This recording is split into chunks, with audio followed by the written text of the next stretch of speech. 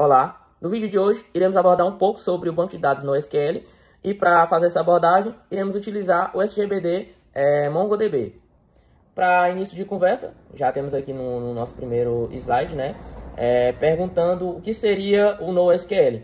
Bom, para definição rápida podemos dizer, aqui traduzindo para o nosso português, que o NoSQL significa não apenas SQL, ou seja, ele não se limita ao modelo relacional tradicional que utilizamos com SQL. Podemos relacionar também que o NoSQL surgiu para resolver limitações dos bancos de dados relacionais, principalmente quando a gente se lida com um grande volume de dados, né, com um vasto volume de dados. E com o NoSQL conseguimos dois tipos de benefícios dentro do nosso mercado, né, que é a escalabilidade e a flexibilidade, o que se torna algo ideal para aplicações modernas e distribuídas. Bom, para ficar melhor de entendimento, a gente pode estar colocando aqui algumas motivações para o uso do NoSQL, né? Onde essas motivações a gente pode estar citando que os bancos relacionais enfrentam dificuldades de performance em cenários com muitos dados, né? Diferente do banco de dados NoSQL. Além disso, hoje trabalhamos com muitos dados variados, né? Com arquivos JSON, XML, que nem sempre essa variação de dados, né, esses tipos de arquivos se encaixam bem em tabelas fixas, né? Além disso, soluções baseadas em NoSQL atendem melhor a exigência tanto de velocidade quanto de disponibilidade que o mercado atual demanda, né, que o mercado atual procura, né? Aqui nós temos alguns tipos de bancos de dados no SQL, né? Onde a gente tem aqui no primeiro ponto os documentos, né? Onde a gente pode estar até utilizando como exemplo o MongoDB, né? O SGBD MongoDB, né? Que posteriormente a gente vai estar mostrando na prática como é que se utiliza o MongoDB, né? Um exemplo na prática, né? Onde esse SGBD, né? Ele armazena dados como documentos JSON, o que acaba facilitando muito a flexibilidade na estrutura dos dados, né? Temos também as colunas, né? O tipo de banco de dados NoSQL em colunas, né? Onde o SGBD utilizado, que a gente pode dar como exemplo, é a Cassandra, né? Ou a Cassandra. Onde esse SGBD funciona organizado com dados por colunas e otimiza consultas analíticas e com grandes volumes. Outro tipo que a gente pode estar citando também é o chave-valor, né? Um exemplo de SGBD que utiliza o chave-valor é o Redis, né? Onde esse SGBD a gente pode estar até falando, né? Até mencionando que ele é um pouco simples, né?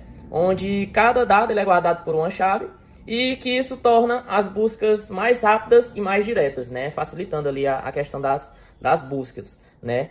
Outro tipo de banco de dados que a gente pode estar mencionando também são os grafos, né? Onde se utiliza o Neo4j, né? E esse SGBD é ideal para representações onde tem conexões complexas, principalmente podemos citar em redes sociais ou sistemas de recomendação. Temos aqui também as vantagens e desvantagens de estar utilizando um banco de dados NoSQL, né? A gente sabe que sempre tem os prós e os contras de estar se utilizando um banco de dados, né? Onde as vantagens, a gente pode colocar aqui a escalabilidade horizontal, né? Onde ela permite distribuir os dados em vários servidores, onde é ideal para o crescimento, sem perder o desempenho, né? Sem perder a questão do desenvolvimento dos dados, né? Temos também a flexibilidade de dados, né? Ou seja, não exige ali um esquema fixo de dados, onde você pode adaptar e evoluir o formato conforme sua aplicação muda, né? A maneira que um vai tendo ali como é que eu posso mencionar? A partir do momento que um ali vai tendo um crescimento, o outro também vai acompanhando, né? Além disso, oferece também, o banco de dados NoSQL, ele oferece também alta performance, especialmente em leituras e gravações de grande volume de dados, né? Como eu já tinha mencionado anteriormente. E como a gente sabe, né, também todo banco de dados, como já falei, tem suas desvantagens, né? E a gente pode estar mencionando aqui que em alguns casos, né, o NoSQL ele adota consistência eventual, né, o que significa que os dados podem levar um tempo para se atualizar em todos os servidores, né? Então não existe um tempo real ali tão explícito, né, tão rápido, né? Às vezes pode ter ali um certo delay, né? A abordagem diferente do modelo relacional pode exigir um tempo de aprendizado maior, né? E como última desvantagem aqui que a gente pode estar citando é que nem todas as operações avançadas de SQL estão disponíveis no NoSQL, o que pode estar ali fazendo com que tenha uma certa limitação em certos projetos, né? A gente não consegue utilizar de todos os recursos que possui no SQL, né? E voltando aqui para o nosso MongoDB, né? Vindo aqui para o mundo do nosso MongoDB, a gente pode estar colocando que sobre o MongoDB, né? Que ele armazena dados em documentos no formato JSON, que é semelhante ao JSON, oferecendo mais flexibilidade na estrutura de dados, ou seja, ele tem um ponto a mais do que o JSON, né? Essa estrutura do MongoDB ela é ideal para aplicações que precisam lidar com dados variados e que mudam com frequência, né? Fazendo a utilização do MongoDB, podemos realizar consultas mais complexas, podemos realizar operações de agregação e também criar índices para melhorar o desempenho, né? Também tem esse outro ponto positivo. O MongoDB ele é muito utilizado em APIs, né, microserviços, sistemas escaláveis, principalmente por sua capacidade de crescer horizontalmente, né? Além disso, o MongoDB ele integra também facilmente com linguagens modernas, como Node.js, né? Node.js e o Python também, né? O Python a gente utilizou para fazer o nosso exemplo, né? Esse é o nosso exemplo ali prático que foi pedido. E agora, saindo um pouco aqui da parte teórica, a gente vai para a parte prática, né? Mostrando aqui como funciona o nosso exemplo. Bom, agora eu vou estar mostrando aqui como a gente pode estar utilizando esse SGBD, né, o MongoDB, num exemplo prático, né? Primeiro aqui a gente tem, foi feito um código aqui, né, principal em Python, né? Como a gente sabe, o SGBD, MongoDB, ele suporta a linguagem Python, né? Então resolvi aqui fazer como se fosse um exemplo de uma rede de clientes de uma gráfica, né? Para quem não sabe, eu sou bastante apaixonado por gráficas, né? Gráficas que faz, enfim. Aí a gente pode tá vendo aqui, né? Que eu coloquei a minha primeira função, que é cadastrar clientes, listar clientes, atualizar os clientes, né? E remover o meu cliente. Também coloquei aqui uma limpar a tela, né? Só para questão de efeito visual mesmo. E também coloquei aqui um menu, né? Onde o meu menu ele tá colocando cada uma das minhas funcionalidades, né? Disponíveis, que é cadastrar cliente, listar cliente, atualizar o status do cliente, né? Onde esse atualizar o status do cliente ele vai ser feito a partir se o serviço solicitado pelo cliente ele está em andamento ou foi finalizado, né? A gente também pode estar fazendo a remoção do nosso cliente, né? E aqui na cadastrar cliente eu coloquei 4 atributos, né? Onde o primeiro atributo é o nome, o telefone depois, né? O serviço solicitado pelo cliente e o status do serviço, né? A gente pode dar uma olhadinha aqui no nosso Data Explorer, né? A gente tem aqui o nosso cluster, né? Onde esse cluster ele foi integrado com o nosso terminal a partir daqui, né? A gente coloca aqui o nosso RI, o Mongo, né? O RI. A gente tem aqui essa conexão, né? A gente tem aqui o nosso banco de dados, que é o cliente, né? Ou o banco de dados, que é a gráfica, né? E a gente utiliza a coleção dos nossos clientes, né? Coleção de dados dos nossos clientes.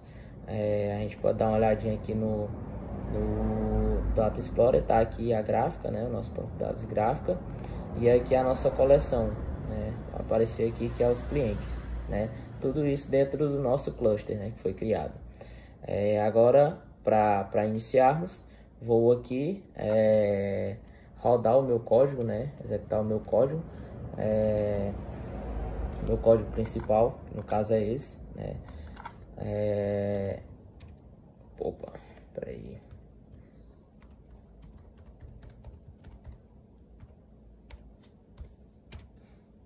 Pronto, vou guardar aqui.